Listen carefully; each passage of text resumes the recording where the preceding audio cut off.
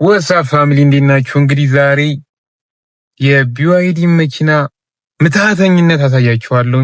እንግዲህ የምታዩት ቢዋይዲ ሴጉል 2024 በጣም ታሪካዊ ነን። የሚገርማችሁ ከፊጋ ተነስቼ አባዶ G7 ነው ሄድኩት። አባዶ G7 ሲሄድ ስንት ፐርሰንት ነበረው መሰላችሁ? ላሳያችሁ 10% ነበረው አባዶ ሂጂ። ከዛ ከአባዶ ተመልሼ እዚህ ሳሊተ ምሕረት ነው የመጣሁት። ሳሊተ ምሕረት እስከመጣ ድረስ ፋሚሊው ማጋይ 3%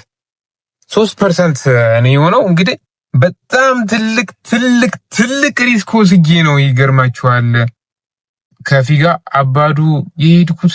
እንግዲህ ኦርደር ይዤ ነበር፣ ልጆች ነበሩ እና ደግሞ በጣም ክሬዚ የሆነ ጉዞ ነበር ያደረኩት። ምክንያቱም ሴትዮዋ በጣም እርጉዝ ነበረች፣ ልጅ ይዛለችና ድንገት መሀል ላይ ምናምን ቢዘጋብኝ በጣም የሚያስጠላ ነው። በቃ ኖርማል ሰው ቢሆን እንኳን ይሻላል።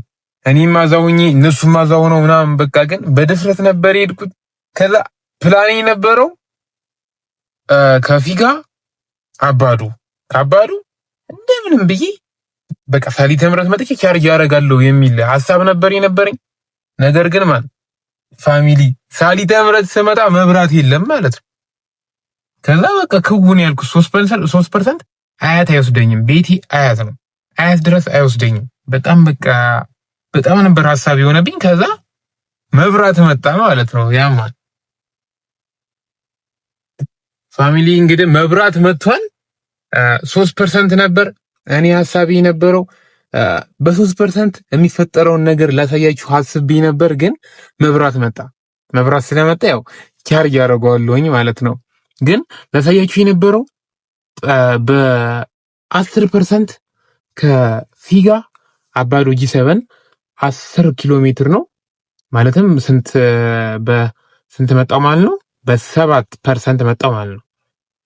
በ7% ነው የመጣሁት። ላይክ ቁልቁለት ላይ ምናምን ፕሩፍ እያደረገልኝ ነበር ምናምን ነገር። ያው አጠቃቀሚ በጣም ጸዲ ነበር ነው የምላችሁ። እና ስለ BYD ሴጉል መኪና ብዙ ሰዎች የተለያየ አመለካከት ስለ ባትሪያቸው ምናምን አላቸው። በጣም ጸዲ ነው ባትሪያቸው የሆነስ። በአጋጣሚ ነው እንደዚህ ሆነው እንጂ እንደዚህ እስከዚህ ድረስ አይወርድም። ግን እንዳጋጣሚ ዛሬ ሙሉ መብራት አልነበረም። የኤሌክትሪክ ቻርጅ ማድረጊያው ሰሚት እንደዚህ ወሳኝ ቦታዎች ላይ ያሉት ሙሉ በሙሉ እየሰሩ አልነበረም። እስቲል አሁንም ሊጠፋ ይችላል። እንደምታዩት አሁንም ሊጠፋ ይችላል። ነገር ግን ከጠፋ በ3% የሚፈጠረውን ነገር አብረን እናያለን። ካልጠፋ ግን ቻርጅ አድርጌ እቀጥላለሁኝ። ተመልሻለሁኝ። ቪዲዮውን ሰብስክራይብ በማድረግ እንደጀመራችሁ ተስፋ አደርጋለሁኝ። ሰብስክራይብ አድርጉ። ይመቻችሁ ፋሚሊ። ዋላ ዋን ፒስ